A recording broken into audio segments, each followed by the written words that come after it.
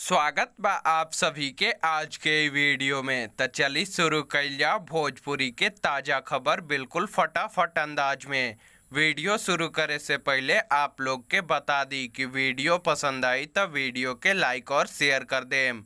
पहिल का खबर निकल के आ रहल बा भोजपुरी के चॉकलेटी स्टार अभिनेता अरविंद अकेला कल्लू के ओर से, जिनकर नया गाना पिंकिया के पापा फुल वीडियो सॉन्ग SRK म्यूजिक के ऑफिशियल यूट्यूब चैनल से रिलीज कर देहल गईल बा, जौना के आप लोग चाही त जाके देख सकतनी। दूसरा खबर निकल के आ रहल बा भोजपुरी के पावर स्टार पवन सिंह के ओर से, जिनकर श्री राम मंदिर स्पेशल नया गाना शुरू हुआ राम मंदिर निर्माण फुल ऑडियो सॉन्ग वेब म्यूजिक भक्ति के ऑफिशियल यूट्यूब चैनल से रिलीज कर देहल गईल बा, जौना के आप लोग चाही त जाके सुन सकतनी।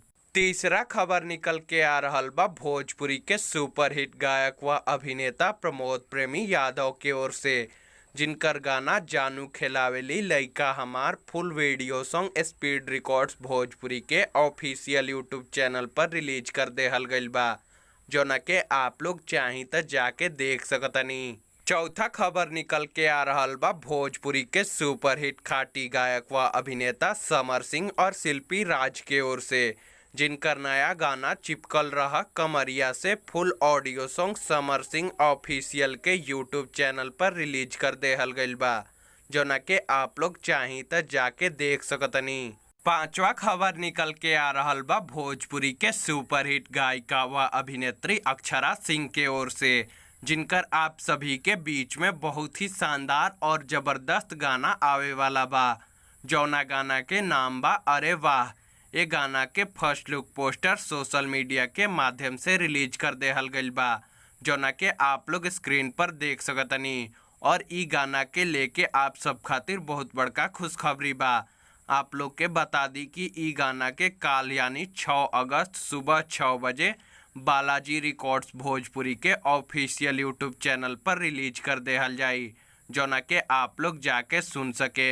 छठा खबर निकल के आ रहल बा गुंजन सिंह के ओर से, जिनकर श्री राम मंदिर स्पेशल गाना राम नाम का नशा जब चढ़ जाएगा फुल वीडियो सॉन्ग आदि शक्ति फिल्म्स के ऑफिशियल यूट्यूब चैनल पर रिलीज कर देहल गईल बा, जौना के आप लोग चाही त जाके देख सकतनी। सातवां खबर निकल के आ रहल बा भोजपुरी के एक्शन स्टार अभिनेता यश कुमार के ओर से, जिनकर श्री राम मंदिर स्पेशल गाना जय Shri Ram full audio song S Mishra Entertainment के ऑफिशियल यूट्यूब चैनल पर रिलीज कर देहल गईल बा, जौना के आप लोग चाही त जाके देख सकतनी। आठवां और आज के आखिरी खबर निकल के आ रहल बा भोजपुरी के सुपरहिट गायक व अभिनेता प्रमोद प्रेमी यादव के ओर से, जिनकर आप सभी के बीच में बहुत ही शानदार और ज़बरदस्त पारिवारिक फिल्म आवे वाला बा, जौना फिल्म के नाम बा शुभ विवाह।